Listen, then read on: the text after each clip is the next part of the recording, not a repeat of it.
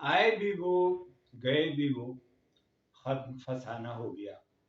عمران خان کراچی آئے، 5 گھنٹے کا دورہ کیا، اپنے کارکنوں سے گورنر ہاؤس کے حصار میں تقریر کی، عوام سے رابطے کے بجائے، عوامی صورتحال کے جاننے کے بجائے وہ ہیلی کاپٹر میں نیشنل اسٹیڈیم اترے اور وہاں سے بہادر آباد کا فاصلہ طے کیا اور نفیس لوگوں سے ملاقات کی۔ ایک عرصے بعد عمران خان کو کراچی والوں کی یاد کیسے آئی؟ وجید، تمہارا اس بارے میں کیا خیال ہے؟ بسم اللہ الرحمن الرحیم۔ عمران خان نے کراچی کے لوگوں کو ایک متبادل قیادت مہیا کی تھی، اور کراچی جو پہلے کبھی متحدہ قومی موومنٹ کا گڑھ سمجھا جاتا تھا، وہاں کی 14 سیٹیں جو ہیں وہ پی ٹی آئی کی جھولی میں ڈال دیں۔ لیکن پی ٹی آئی اتنی نشستیں باقی ملک سے نہیں حاصل کر سکی کہ خود آزادانہ طور پر حکومت بنا سکے۔ مجبوراً اسے کراچی کی جو باقی ماندہ قیادت تھی، جو ایم کیو ایم کی، اس کو اپنے ساتھ ملانا پڑا۔ یعنی کراچی کی اکثریت سرکاری جماعت میں شامل ہو گئی۔ لیکن اس کا کیا فائدہ ہوا کراچی کو کہ وفاقی حکومت میں شامل ان دونوں جماعتوں نے کراچی کے لیے دھیلے کا کام نہیں کیا۔ عمران خان نے 2020 میں، ستمبر 2020 میں 1100 ارب روپے کے پیکج کا اعلان کیا، یعنی 11 کھرب روپے کے۔ تو 11 کھرب روپے میں سے 1 روپیہ بھی جو ہے کراچی پر اب تک نہیں لگا۔ گرین لائن کا بڑا کریڈٹ لیتے ہیں، گرین لائن کا کریڈٹ تو میاں نواز شریف کو جاتا ہے، جنہوں نے یہ منصوبہ شروع کیا۔ کراچی ایئرپورٹ تعمیر کرنے کا کریڈٹ میاں نواز شریف کو جاتا ہے، اور اسی طریقے سے وفاقی حکومت کی مدد سے لیاری ایکسپریس وے تعمیر ہوا، اور کراچی حیدرآباد موٹر وے تعمیر ہو رہی تھی۔ اب جب نازک وقت آن پڑا تو وہ دوڑے دوڑے کراچی آئے۔ اب اہل کراچی ان کو یاد نہیں رہے، اور اسٹیڈیم سے اڑے اور بہادر آباد پہنچے، بلکہ اڑ کر اسٹیڈیم پہنچے، پھر وہاں سے بہادر آباد گئے۔ لیکن بہادر آباد والے کہتے ہیں ہم نے تو بات ہی نہیں کی، اور شاہ محمود قریشی کہتے ہیں کہ ہمیں تو یقین دہانی کرائی ہے انہوں نے۔ اور راستے میں جب وہ پیر پگاڑا سے ملنے گئے تو پیر پگاڑا نے علالت کا عذر بتا کر ان سے ملاقات نہیں کی۔ بات تو یہ ہے کہ ان کو راہ چلتے پیر پگاڑا کیوں یاد آئے۔ یوں لگتا ہے کہ اس وقت پیپلز پارٹی فیوریٹ پارٹی ہے۔ زرداری، جن کے بارے میں کہا جاتا ہے کہ ان سے ہاتھ ملانے والا اس کو چاہیے کہ بعد میں وہ اپنے ہاتھ کی انگلیاں گن لے، تو زرداری صاحب نے پھر کوئی چمتکار دکھایا ہے، اور ایسا چمتکار دکھایا ہے کہ جو ان کی شخصیت کا تاثر بنانا تھا اور ان کے اعتماد کا اظہار کرنا تھا اور ان کے فیوریٹزم کا اظہار کرنا تھا، اس کے لیے سب سے پہلے حامد میر کی بحالی کی اطلاع بھی انہی کے ذریعے لوگوں کو دی گئی۔ یہ مقتدر قوتیں ہیں جو اس طرح کا کھیل کرتی ہیں، اور وہ یہ اس بات کے اشارے دیتی ہیں کہ وہ کس کے ساتھ ہیں۔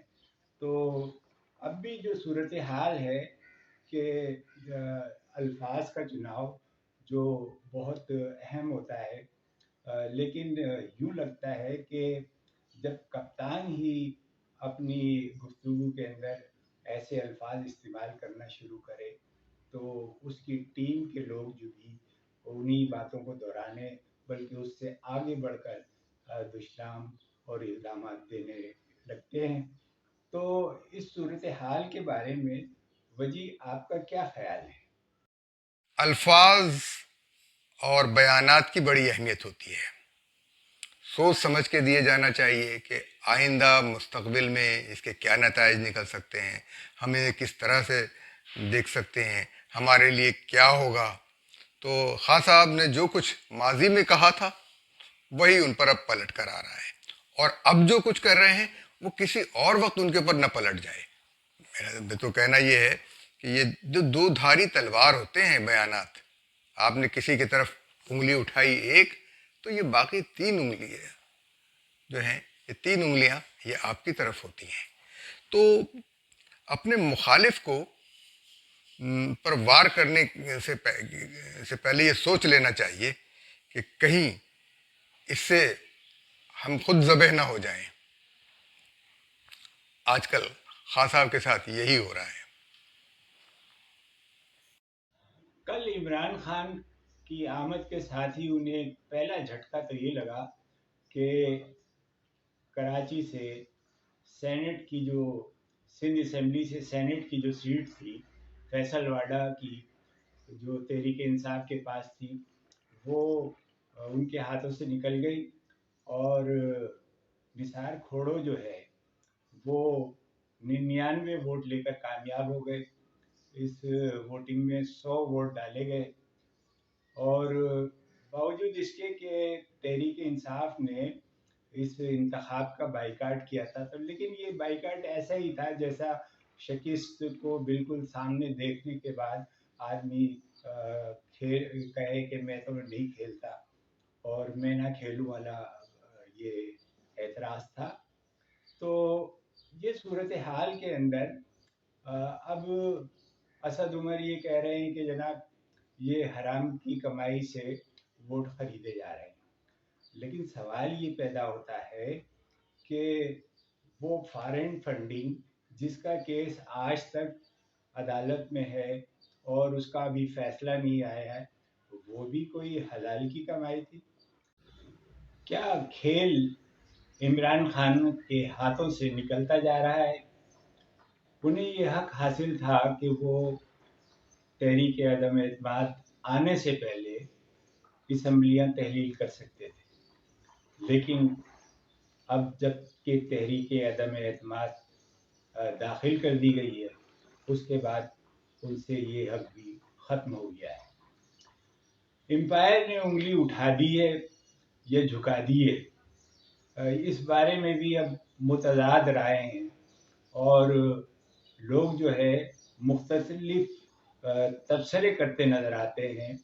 تو وجی تم بتاؤ کہ اس صورتحال میں کیا واقعی امپائر نے اپنی حمایت کسی جانب ڈال دی ہے، یا اس نے واقعتاً غیر جانبدار امپائر کا کردار ادا کرنے کا تہیہ کر لیا؟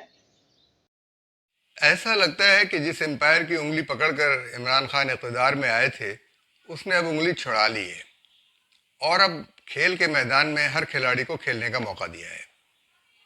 اب جو لوگ امپائر کی انگلی اور اس کے اشارے کے منتظر رہتے تھے کہ وہ شاید اس کھیل میں امپائر ان کے ساتھ مل جائے تو ان کا بھلا ہو جائے، اس وقت امپائر نے ہر کھلاڑی کو کھیلنے کا موقع دیا ہے، اور ہر ایک اپنا اپنا کھیل دکھا رہا ہے، اور جو اس میں کامیاب ہو جائے گا وہی سکندر ہوگا، وہی کا آگے سیاست چلائے گا.